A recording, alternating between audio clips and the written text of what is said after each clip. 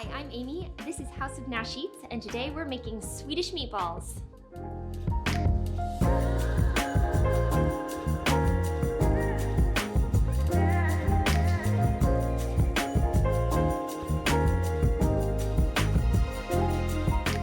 So the first thing we want to do to start our Swedish meatballs is get some nice white bread. We're going to cut off the crusts and cube up the bread and soak it in some milk for a little bit. So I never do this for my kids, cut crusts off their sandwiches, so this is super weird. We're just cutting the crusts off, and then we're going to cube the bread into small pieces.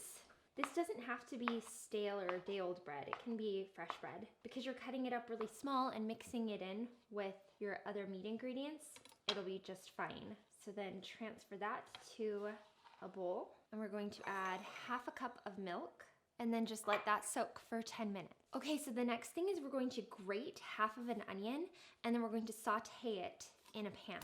So I'm just going to cut my onion in half, and just chop off the end.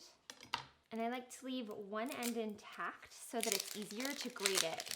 Okay, and then just using a box grater, we're just going to grate the onion.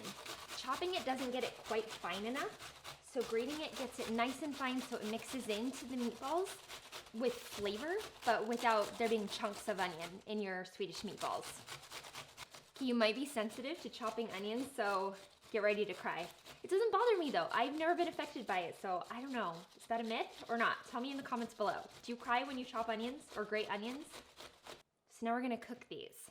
Once your onions are grated, we're going to add 1 tablespoon of olive oil.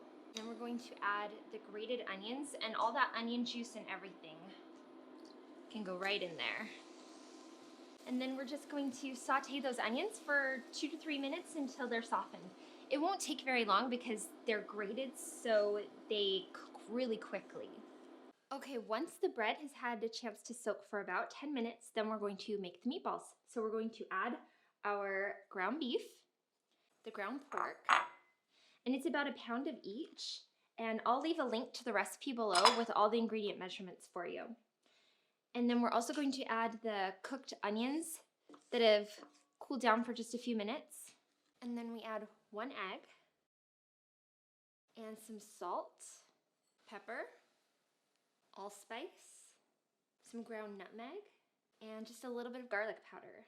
Okay, and then we're going to mix this all together. And I'm gonna get dirty and just dig in with my hands because it's the easiest way to do it. You could do this with a spatula.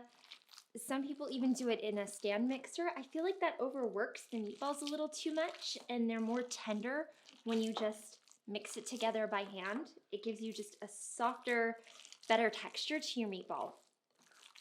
So just keep squishing it and turning it to get everything off the bottom of the bowl and mixing it together until everything is evenly combined. Okay, once the meat mixture is all evenly combined, we're going to divide it into about 30 meatballs.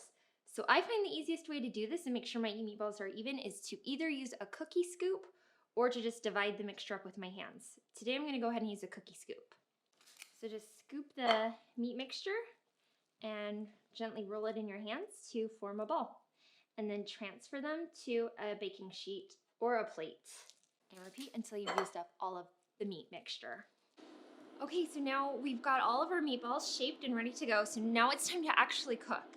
So we're going to use the same pan that you used for your onions, and we're going to add another tablespoon of olive oil and a tablespoon of butter. And that's for flavor and because the butter has a lower smoke point, so it will burn if you just use butter. And we're going to melt that butter in our hot pan, and then we're going to fry the meatballs in batches, about 4 to 5 minutes per side until they're brown on all sides, and we'll transfer them to a clean plate as we finish with each of them.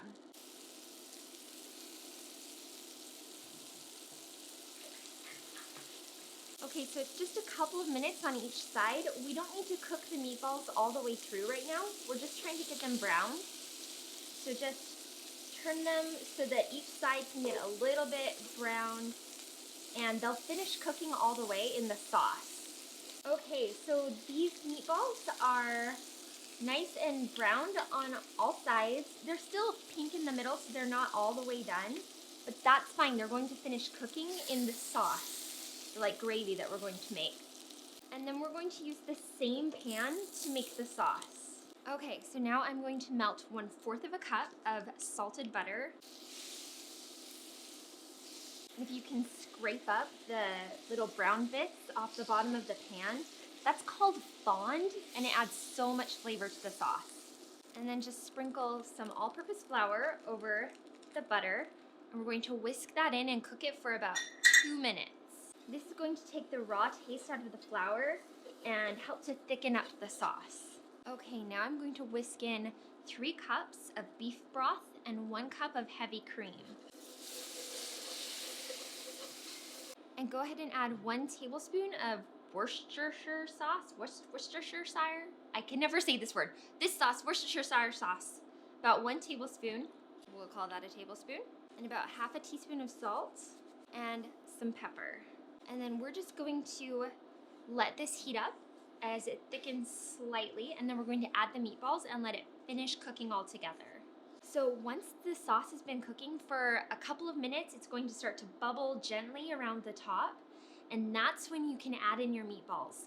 And then we'll decrease the heat just a little bit and let it cook for 8 to 10 minutes until the meatballs are cooked all the way through.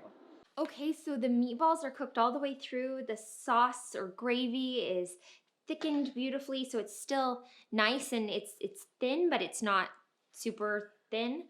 And now we're just going to plate it. So I love these over mashed potatoes. You could have your Swedish meatballs with egg noodles or rice. Let me know in the comments below what you like to eat with your Swedish meatballs. But I'm gonna do it with mashed potatoes, green beans, and a little bit of lingonberry jam. And that's it, homemade Swedish meatballs. I can't wait any longer. I'm going to go ahead and take a bite.